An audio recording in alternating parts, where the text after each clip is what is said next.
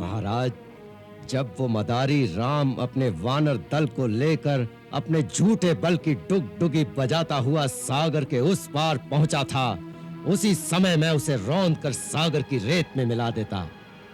परंतु इन डरपोक सलाहकारों की राय लेकर मुझे रोक दिया गया।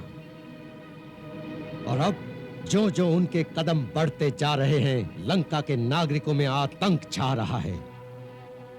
कहीं ऐसा न हो महाराज कि नागरिकों के मन में छाया हुआ भय हमारे सैनिकों का मनोबल भी गिरा दे। ये मत भूलिए कि अब उनके साथ विभीषण है। उसे हमारी युद्ध पद्धति का ज्ञान है। उसने अवश्य उन्हें सावधान कर दिया होगा।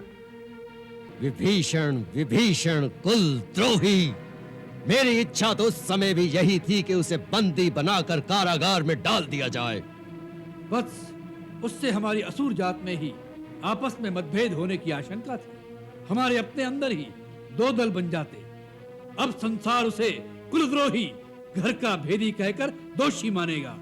इससे उसका मान बढ़ेगा नहीं।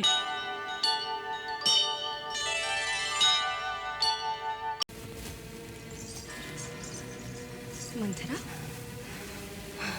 तेरी ये दशा क्यों हो रही है? क्या हुआ है तुझे? तेरी ये दशा देखकर तो मुझे सचमुच आशंका होने लगी है।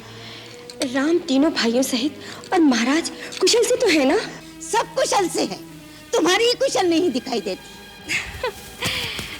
मैं तो खुशियों के सागर में डुबकियां लगा रही हूँ। मुझे तो बस एक ही बात दिखाई दे रही है, मेरा राम कब राजा बनेगा, कब अयोध्या के राज्य सिंहासन पर बैठेगा।